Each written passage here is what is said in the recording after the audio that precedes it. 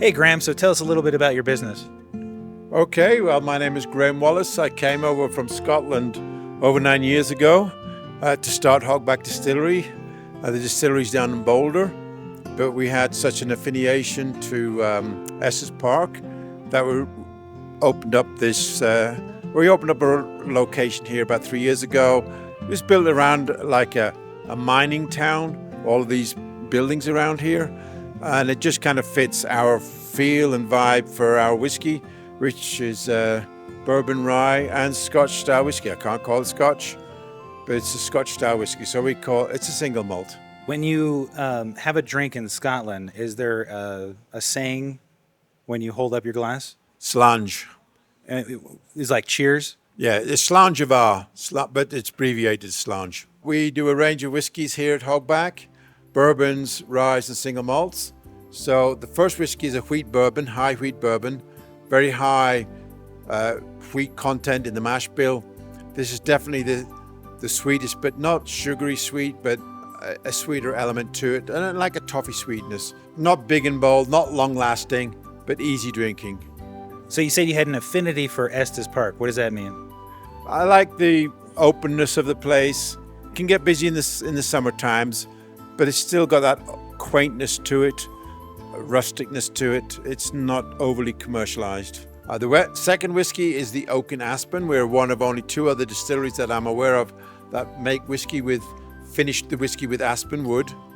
So the whiskey, if you're a big whiskey drinker, you'll know a lot of the flavor from a whiskey comes from the oak barrel by adding it with some aspen wood, which we sourced locally in Char.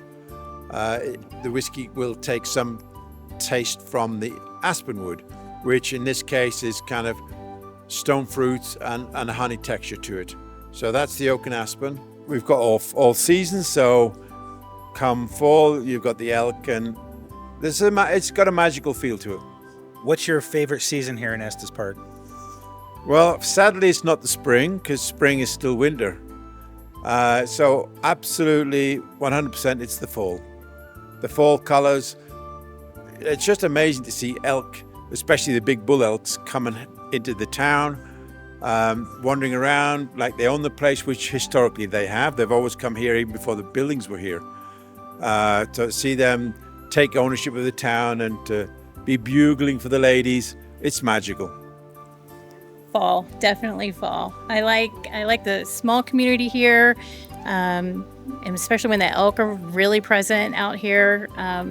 I don't know, it just feels special. Then the Rocky Mountain bourbon is kind of like our house bourbon. It's got a higher percentage of rye than a typical bourbon, which makes it, a complex whiskey, just great for sipping on straight, or also good in cocktails. The rye character, and the sweetness from the bourbon is a great balance for cocktails. We recommend it all the time, and that's what we use for all of our standard cocktails here. The next one is the Oak and Aspen. This is a single barrel, so it's the same as number 2, but it's a single barrel, which means it's from one barrel, and it's always at cask strength, so around that 122 or over strength. So if you like your higher proof whiskeys, that's definitely one. Rye whiskeys are 95% rye, lighter than your standard ryes. So again, a lot of people say, I don't like rye, will like this guy. Then we're on to our next rye, which is finished in a rum barrel. So we call this one Eclipse. Finished in a rum barrel, it's at cask strength, so that 120 proof. That's almost always single barrel or very small batch, as in 3 barrels, 3-4 barrels. And what would you say would be the drink that you would recommend to guests visiting our rentals? Okay, well, first of all, I would say just a straight whiskey. Gives you the opportunity to really taste the whiskey for what it is. We do a range of old fashions from all of our whiskies. That's always interesting to try the different old fashions. My peat smoked Scottish style whiskey is my favorite. We do some great drinks with that. We do an old fashioned with that. That's really popular. We call it the, what do we call it? Almighty. The Bruce Almighty, after a friend who sadly passed. But also try a whiskey sour with the peated whiskey. Now we come to the good stuff. In my opinion, I'm a Scotsman. came over here primarily to make Scotch whiskey. So the rest of them are single malt. Cannot call them Scotch because I didn't distill them in Scotland, but in every other way I could call them a Scotch, but I'm not calling them a Scotch.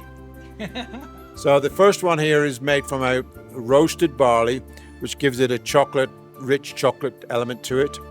And that's used in American barley. We proof those down to 100 proof. Next one along is the peat smoked. This is my baby right here. I love smoky Scotch whiskies, and it certainly has its followings. It's the kind of whiskey that people either love or hate. But if you love it, then you truly do love it. It's a peated whiskey, so we get this peat smoked barley from Scotland. And again, 100 proof, 4-year-old, aged in a new oak barrel. So these are both aged in new oak barrels, which is rare in Scotland. And then these last two, these are what we call the Wallace collection. Always single malt, always single barrel, always cask strength, and almost always in a used barrel. So non-peated and peated, but aged in used barrels, which gives a totally different taste to the new oak barrels. So something for everyone. And if you can't make do with that, if it's too much for you, then we do a pre-made old-fashioned from our house bourbon. So yeah, drink them neat, drink them however you like them, on the rocks. Just enjoy it. Well, thank you guys so much. All right, thanks. Slange.